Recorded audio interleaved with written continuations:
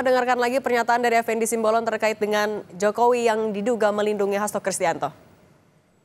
Ini nggak hanya sebatas seorang Hasto, saya kira.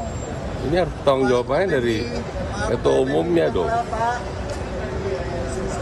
Ketua umumnya yang harus bertanggung jawab.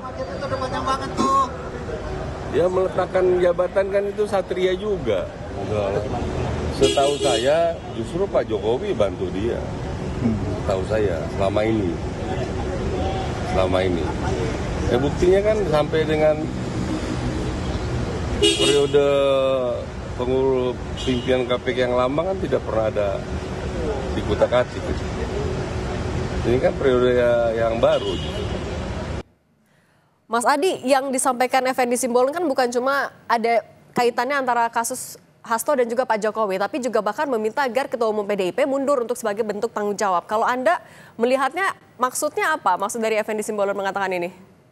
Ya, saya kira itu adalah suara hati dari Effendi Simbolon yang selama ini mungkin dipendam bertahun-tahun di PDIP.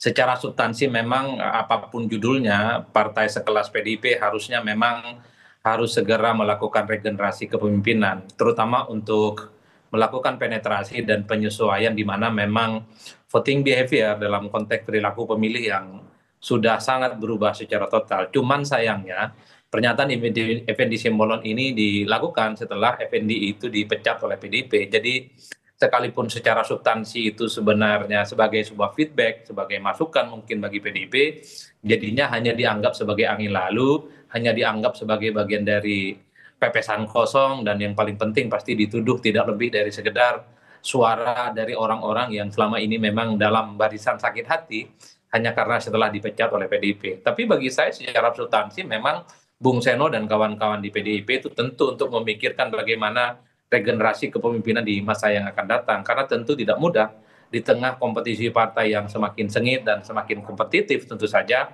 maka perlu strategi-strategi yang jauh lebih komprehensif yang terutama acceptable terkait dengan dinamika perkembangan politik yang cukup dinamis ya, karena pada saat yang bersamaan partai-partai selama ini yang tidak pernah diperhitungkan seperti Gerindra, perolehan suaranya juga cukup signifikan ya, bukan hanya di Pilpres tapi di Pileg ya selisihnya dengan PDIP hanya sekitar 2%.